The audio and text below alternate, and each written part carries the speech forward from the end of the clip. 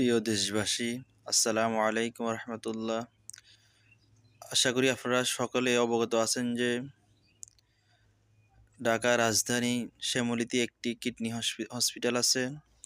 ওই হসপিটালে অধ্যাপক ডক্টর কামরুল ইসলাম স্যারের নেতৃত্বে বিনামূল্যে পর্যন্ত 2000 কিডনি স্থাপন করা হয়েছে। আমরা ইতিমধ্যে দেখতে পারলাম ডক্টর কামরুল ইসলাম স্যার একটি অভিযোগ তুলেছেন, একদল সন্ত্রাসী চাঁদাবাজ উনার কাছে 5 লক্ষ টাকা চাঁদা চেয়েছেন এবং যুবদলের পরিচয় দিয়ে। উনি সাথে সাথে ব্যবস্থা নিলেন এবং যিনারা বর্তমানে যুবদলের দায়িত্বশীল আছেন, সভাপতি সহ দায়িত্বশীলরা ওনার সাথে এসেছেন, কথা বলেছেন, পরিপূর্ণ আশ্বাস দিয়েছেন।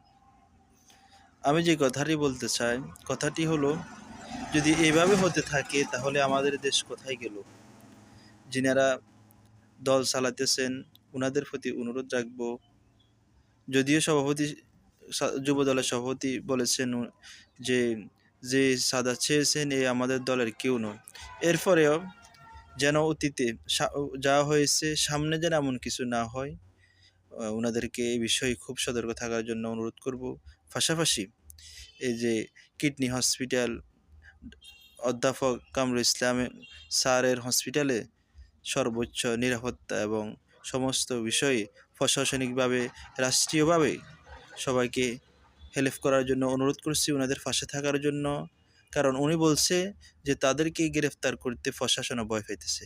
তাহলে আমরা ধরে নিব কি প্রশাসন চাঁদাবাজদের পক্ষে চলে গিয়েছেন? সবার প্রতি উদারত আহ্বান থাকবে, সর্বাবস্থায় এই হসপিটালের, বিশেষভাবে ডাক্তার কামরুল ইসলাম স্যারের পাশে থাকার জন্য অনুরোধ করছি।